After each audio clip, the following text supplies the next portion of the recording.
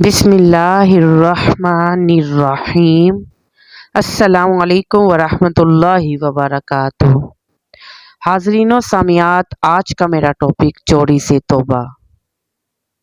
کسی چیز کو اس کے مالک یا صاحب تصرف کی اجازت کے بغیر چھپا لینے کو چوری کہا جاتا ہے۔ یہ بری حرکت ہے جو اللہ کو ناپسند ہے۔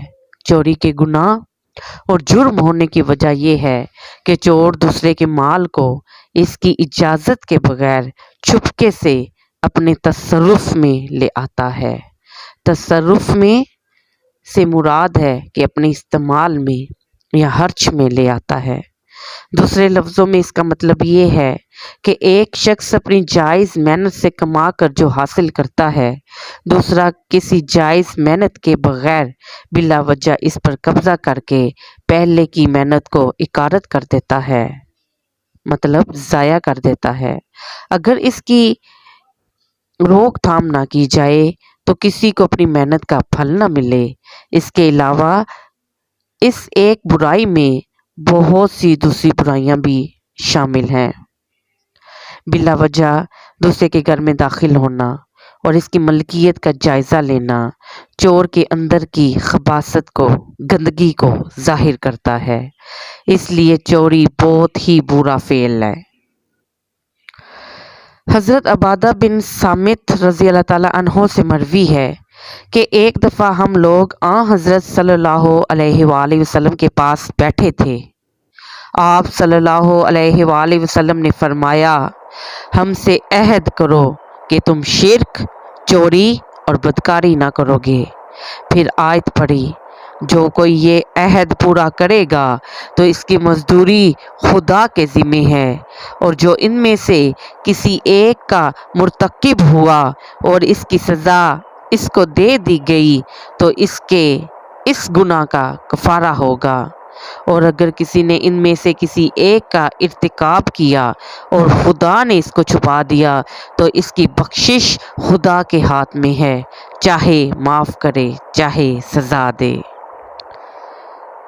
اللہ کے نزدیک چوری بہت بڑا جرم ہے، جس بنا پر اللہ تعالیٰ نے اس کی سزا بہت شدید رکھی ہے۔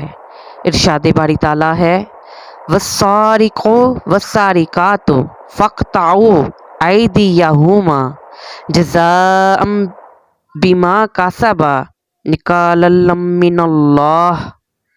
چوری کرنے والا مرد ہو یا عورت، اس کا ہاتھ کاٹ دیا کرو، یہ سزا ان کے کسب کرنے کے سبب سے ہے۔ واللہ عزیز حکیم، اور اللہ غالب حکمت والا ہے۔ فمن تاب من بعد ظلمہ، پس جو توبہ کرے اپنے کیے ہوئے گناہ پر، وَأَمْلَحَ فَإِنَّ اللَّهَ يَتُوبُ عَلَيْهِ إِنَّ اللَّهَ غَفُورٌ رَحِيمٌ، تو اللہ تعالیٰ اسی کی توبہ قبول کر لیتا ہے، بے شک اللہ معاف کرنے والا مہربان ہے۔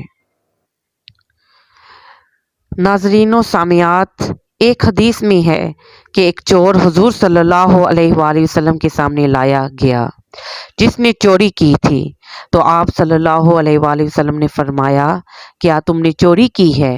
اس شخص نے جواب دیا کہ یا رسول اللہ صلی اللہ علیہ وآلہ وسلم، میں نے چوری کی ہے۔ تو آپ صلی اللہ علیہ وآلہ وسلم نے اس پر حکم صادر فرمایا کہ اسے لے جاؤ اور اس کا ہاتھ کاٹ دو۔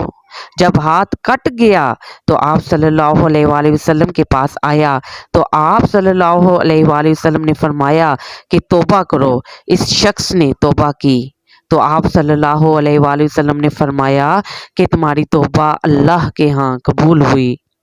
نبی اکرم صلی اللہ علیہ وآلہ وسلم کے دور میں ایک عورت نے کچھ زیور چرا لیے۔ لوگوں نے اس عورت کو رسول پاک صلی اللہ علیہ وآلہ وسلم کے پاس پیش کیا تو آپ صلی اللہ علیہ وآلہ وسلم نے اس کا ہاتھ کاٹ دینے کا حکم دیا۔ جب ہاتھ کٹ چکا تو عورت نے کہا، یا رسول اللہ، کیا میری توبہ ہو گئی؟ تو آپ صلی اللہ علیہ وآلہ وسلم نے فرمایا کہ تم پاک صاف ہو گئی ہو۔ یہ عورت مخزوم قبیلے کی تھی۔ چونکہ یہ عورت بڑے گھرانے کی تھی، لوگوں میں تشویش پھیلی کہ ہاتھ کٹنے کے حکم سے پہلے حضور صلی اللہ علیہ وآلہ وسلم سے اس کی سفارش کی جائے۔ حضرت اسامہ بن زید نے حضور صلی اللہ علیہ وآلہ وسلم سے سفارش کی تو آپ صلی اللہ علیہ وآلہ وسلم کو بہت ناگوار گزرا اور غصے سے فرمایا کہ اسامہ تو اللہ کی حدود میں سے ایک حد کے بارے میں سفارش کر رہا ہے۔ اب حضرت اسامہ رضی اللہ تعالیٰ عنہ بہت گھبرائے اور کہنے لگے کہ مجھ سے بڑی خطا ہوئی، میرے لیے آپ استغفار کیجئے۔ شام کے وقت اللہ کے رسول نے ایک خطبہ دیا جس میں اللہ تعالیٰ کی حمد و ثنا کے بعد فرمایا کہ تم سے پہلے لوگ اسی خصلت کی بنا پر تباہ ہوئے کہ ان میں جب کوئی بڑے گھرانے کا آدمی چوری کرتا تو اسے چھوڑ دیتے، اور جب کوئی معمولی آدمی چوری کرتا تو اس پر حد جاری کر دیتے۔ اس خدا کی قسم جس کے ہاتھ میں میری جان ہے، اگر فاطمہ بنت محمد بھی چوری کرتی تو ان کے لیے بھی ہاتھ کاٹنے کا حکم ہوتا۔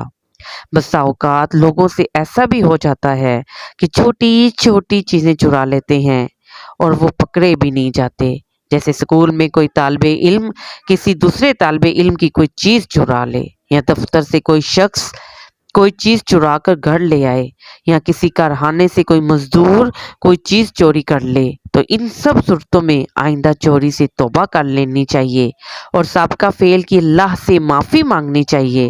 اگر وہ اللہ سے اپنے جرم کی معافی نہیں مانگے گا تو آخرت میں اسے اس چوری کی سزا ضرور ملے گی، اور اگر اس نے معافی مانگ لی تو اللہ اس کا جرم معاف کر دے گا اور وہ سزا سے بری الذمہ ہو جائے گا۔ اللہ تعالی ہمارے صغیرہ کبیرہ گناہوں کو معاف فرمائے۔